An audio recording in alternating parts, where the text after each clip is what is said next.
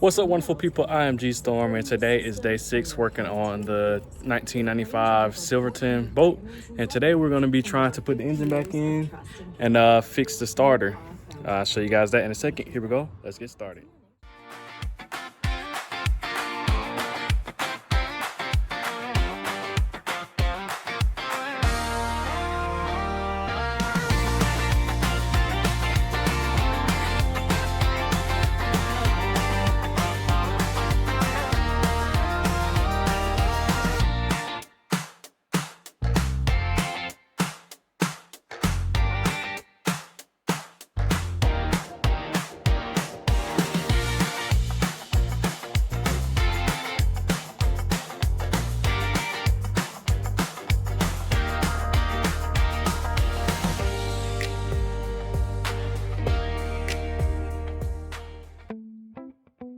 All right, everyone. So the reason why I am taking the engine out is because the starter bolt hole broke off, as you saw circled previously in red. And then I tried to do a little helicoil, but that didn't work. It wouldn't line up properly, and then also the helicoil wouldn't stay up in there. And then I came up with this new design with the threaded rod that threaded into the back of the plate, and that didn't work. It wound up breaking off once we actually get it to crank up. So I took off the manifolds and started taking out the engine, as you see right here. All right, guys, we're gonna take out the engine. I wound up using a engine hoist and a couple of ratchet straps to take it out. If it was me in the future, I wouldn't take it all the way out again. I would just kind of rotate it down there and do my work, and that's what I would do if anything happens to the other side. So yep. And now we got it all the way up on a swim platform, and we're about to get somebody to come weld it up for us.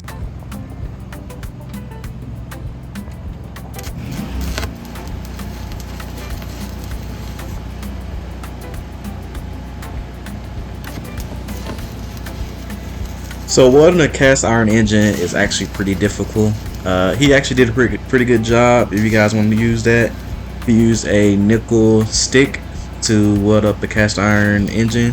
But for me, I just didn't trust it with me taking it out on the ocean, and also I didn't trust myself to drill the hole straight for the starter bolt and tap it out properly. So I decided just to go with a whole different option, which was a backing plate that could hold a 3-bolt starter, and I'm gonna show you guys that now. And what I did is take off the starter plate, and what I ordered was a conversion kit off of eBay. It's like a 55 to 56 and newer Chevy starter conversion kit. It's going in the back for when you have the issue with the bracket breaking off over here. Well, not the bracket, the like the ear for the starter mount breaking off over here. And yeah, I decided it would just be better for me to put that in. I'm still gonna drill out the hole for this, but I think it'd be better for me to put this in and just kind of use this instead of using that drilled hole, because I don't know if it's gonna be straight or not once I put it all the way back down in there. So I went ahead and did that. So I took the flywheel off. That's pretty easy, easier than I thought. I'm gonna clean it up, and then I'm gonna put it back down in there. Then I have to make some small modifications to the back plate on this to make this work, and I'm gonna show you guys that in a second. All right, everybody, so we're gonna get ready to put this back together. No, I didn't record me taking it out. It's because it was like a lot to take it out, because I was doing it pretty much for myself. But nevertheless, I got it out, and we're gonna try and put it back in. But first, before I put it back in, I want to talk about a few things. I know there's a few things I had a question on that I could not find the answer on anywhere on the internet. So this is kind of like a lot of trial and error here. Buy something from Amazon, ship it back, buy something from Amazon, ship it back, and yeah. The first thing, let's talk about this. You want to take off that distributor cap as well if you're taking it out of like a Silverton boat and the engine is sit kind of far back, like far back up under the boat, which that was in my case. Secondly, the bolts that attach to the flywheel, that attach the flywheel to the engine, are 75 foot-pounds torque, and then these bolts are around, I think, like 25 or 35 foot-pound. But I went ahead and put it up to like 40 foot-pounds just to be safe, because I don't want it to come apart, because this is what drives the boat. This bracket here, I ordered off of eBay. I wasn't completely sure if it would fit. It's a 55 to 56 Chevy 305 350 conversion starter kit. And the reason being we had to use that is because of this part broke off. We tried welding it up, and honestly, I just didn't feel that good about the weld, so I decided just to look for a different avenue.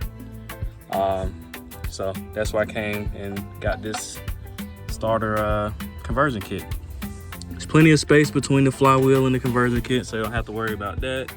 Now I'll show you guys the size bolt that I had to buy to make this conversion kit work. So basically I went to O'Reilly's and I got me a 3/8, 16th and 3/4 inch bolt. It's a pretty short bolt. Works well, and I also have to put a lock washer on it just so when I screw all the way through here, it doesn't contact this plate here. So I didn't have to make no modifications to this plate. All I did was just got like a short bolt and a lock washer. I'm put a little bit of Loctite on it, some blue Loctite, not red. And yeah, we're gonna go from there. And the reason why I do the blue Loctite is because the blue Loctite is a lot easier to take off than a red. So yeah, we're gonna slap the piece back on, and then we're gonna see if we can kind of start trying to lower this engine down in there. All right, here we go. One thing I want to do before I put it fully together, I just want to show you guys how the starter plate and the starter and the flywheel all mesh together. Looks pretty close. Looks like the teeth's gonna line up really well. I don't know if you guys can see down in there. Let's see.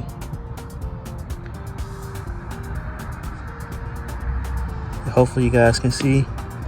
It looks like the teeth's gonna line up pretty well. This is a 9-tooth starter. Right now it's an old school 3-bolt Chevy starter.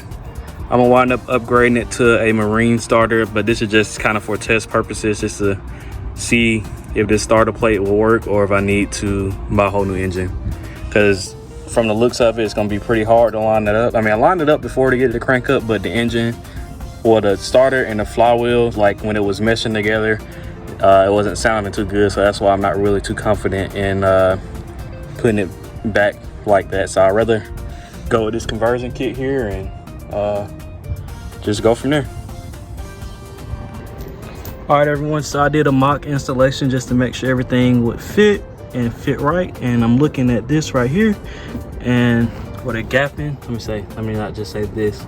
Looking at the gapping here, and from my memory, this is how it looked on the other side with the old big starter up there. And the gapping looks pretty similar. So I'm hoping that this works out. I'm not gonna know till I actually plug it in. I don't have a spare battery to do like a test with the starter to see if it worked, nor do I want to do it on this swim platform, because I'm ready to kind of take it off here so it won't warp this swim platform. But yeah, so I'm gonna take the starter off, and then I have to ream out this top hole up here, just because they got that threaded, and for my application, a threaded top bolt will not work. So yep, so that's what we're about to do, ream out that hole, and then we're gonna drop the engine down in there and see if we can get everything to line back up. All right, everyone, so we got it jacked up. I'm about to move the swim platform. Well, not the swim platform. This is just a walking platform or the deck. I'm going to redo this cushion at some point because the engine kind of rubbed up against it. But yeah, about to move the swim platform and then try and lower the engine down in there. All right, guys, yeah, so you see we got the engine lowered down in there. And you guys see why I say the next time I would definitely just do all the work down in the engine bay instead of bringing the engine all the way out. Because I could just rotate it and put that little piece on there. So if the other side goes out, that's how I would do it. Just rotate the block down there and put that back piece on there. And here you guys see I wound up switching over to threaded rods. I would actually drill a hole all the way through that black back plate back there, so that threaded rod can go in there pretty deep if I did it again.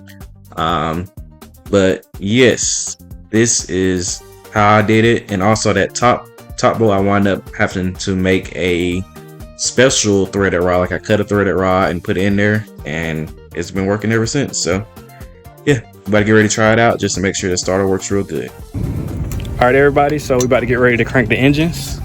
That's it right there. Got it in neutral. We're gonna see what we got here. First I'm gonna crank, I think it's the starboard side, then the port side. I'm cranking the starboard side because that engine's a little bit quieter, so you better hear that one without the other one running. So that's one right there. That's two right there. We almost ready, baby. So here's a short time lapse of my dad and I putting the lower unit and upper unit back together. We actually had to wind up buying a alignment tool, as you see. It was a very difficult task to do. It took us probably all day, just because it didn't go in as easy as we thought it would. But it was worth it, and once we finally got everything up in there, it was very nice and everything worked out really well. All the gears work and everything's lubricated, and we won't have to do that again for some time unless once we actually try it out that it somehow mysteriously leaks. But for now, everything's working and everything's back in place, and we're gonna get ready to test it here in a few. As you see, we got it up there. We got to hit it with a block of wood on the back to kind of get it to go in. Yes, we did grease it, and a lot of the YouTube videos show that it should just go in very easily. But we sat there and played with the adjustment level of the engine for I don't know how long, maybe 3 hours, and during that whole time, it still didn't go in easy. So I'm just thinking that their YouTube videos were just probably just something that's brand new, but this is kind of old and it's been in the heat and in the cold, so the metal is a little bit different. But tapping it back with that wood made it kind of go in, and propping it up with a screwdriver in the back allowed us to have it aligned. But yeah, so now I get ready to try it out to see if both engines can run while it is on. We're gonna come back later in the day and try it out. We're not gonna try it out right now. We have to go take a break and go do some stuff now. But that's what we're about to do now. We're about to try it out now. Came back, and here we go.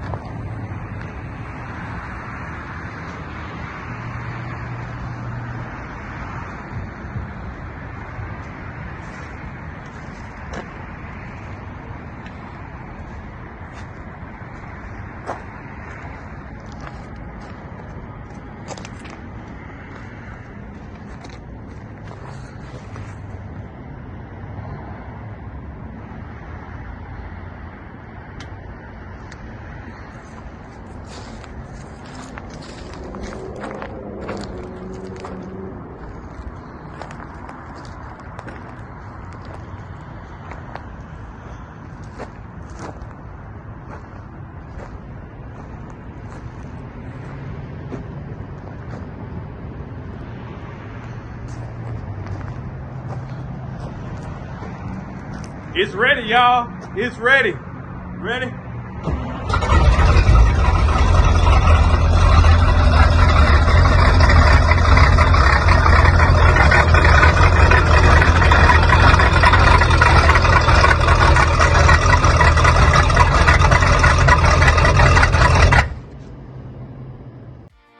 Alright guys, so that is the end of the video.